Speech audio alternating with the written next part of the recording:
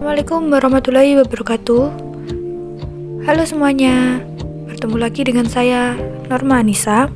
Pada kesempatan kali ini saya akan menjelaskan materi tentang sholat sunnah yang dianjurkan dikerjakan dengan berjamaah. Kalian tahu apa itu? Apa sholat sunnah yang dikerjakan dengan berjamaah?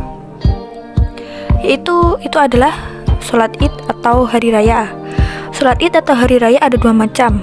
Sholat hari raya Idul Fitri pada tanggal 1 Syawal dan sholat hari raya Adha pada tanggal 10 Zulhijjah.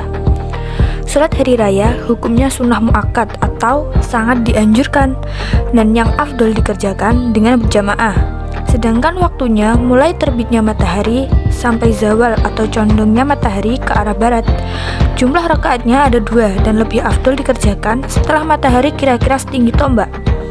Dalam sholat Id tidak disunatkan dal azan dan iqamah, akan tetapi yang sunat dengan lafaz as-sholata jami'atan.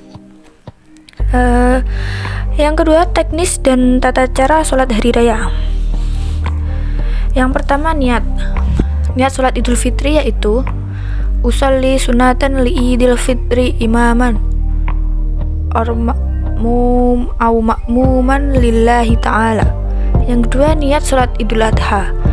Usolli sunnatan li Idul Adha imaman au ma'muman lillahi ta'ala.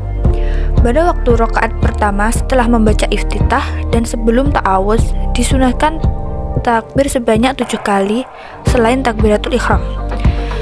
Sedangkan pada waktu rakaat kedua sebelum membaca ta'awudz dan Fatihah disunahkan takbir sebanyak 5 kali selain takbir karena berdiri.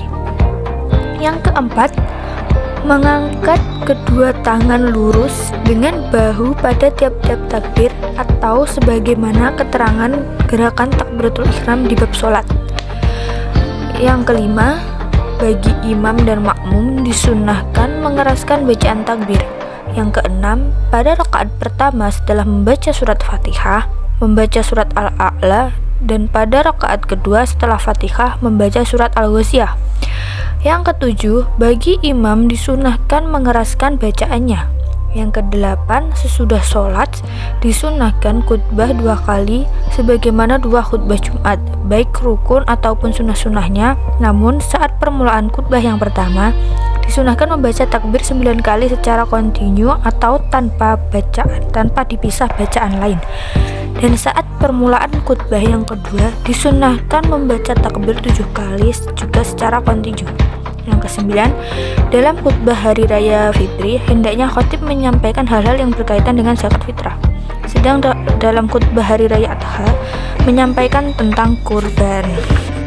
Beberapa kesunahan pada hari raya. Yang pertama, mandi. Waktunya mulai separuh malam sampai hendak mengerjakan sholat. Yang kedua, tatoyub atau memakai wangi-wangian atau parfum.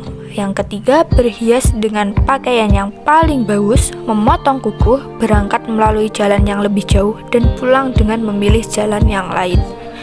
Yang keempat, bersedekah. Yang kelima, mengerjakan sholat sunnah mutlak sebelum khutbah. Yang keenam, makan sebelum pergi sholat hari raya Fitri, sedangkan pada sholat hari raya Adha disunahkan tidak makan kecuali setelah sholat. Yang ketujuh, membaca takbir muqayyad dan mursal pada hari raya Adha, sedangkan ketika hari raya Idul Fitri hanya disunahkan takbir mursal saja, dimulainya ketika terbenamnya matahari hingga ketika imam berdiri dan memulai sholat. Di sini takbir muqayyad dan takbir mursal. Takbir muqayyad itu adalah takbir yang dilakukan setiap kali selesai melakukan sholat, dimulai dari sholat subuh dari Arafah tanggal 9 Zulhijjah sampai setelah sholat asar akhir hari tasyrik tanggal 11 sampai 13 Zulhijjah. Sedangkan takbir mursal adalah takbir yang pelaksanaannya tidak harus setelah sholat, dimulai dari terbenamnya matahari sampai pelaksanaan sholat Id. Yang kedelapan, selanjutnya musofahah atau bersalam-salaman. Yang ke-9, berangkat pagi-pagi setelah sholat subuh selain imam. Yang ke 10 menghilangkan bau tidak sedap. Yang ke 11 melaksanakan sholat di masjid. Bagi orang yang uzur tidak berjamaah sholat id, apabila belum zawal atau matahari condong ke barat, maka disunahkan melakukan secara ada atau tepat waktu, dan apabila sudah zawal, maka disunahkan mengqadainya. Sedangkan bagi makmum yang telat tidak bersamaan imam mulai awal, harus takbir sejumlah yang ia ikuti bersama imam dan tidak boleh menambah. Contoh, pada rakaat pertama makmum hanya mengikuti satu takbir beserta imam, sedang imam sudah takbir ke-7, maka makmum tersebut harus takbir 1 kali saja tanpa menambah sampai 7 kali. Itu yang dapat saya sampaikan tentang materi kita pada kali ini. Semoga bermanfaat.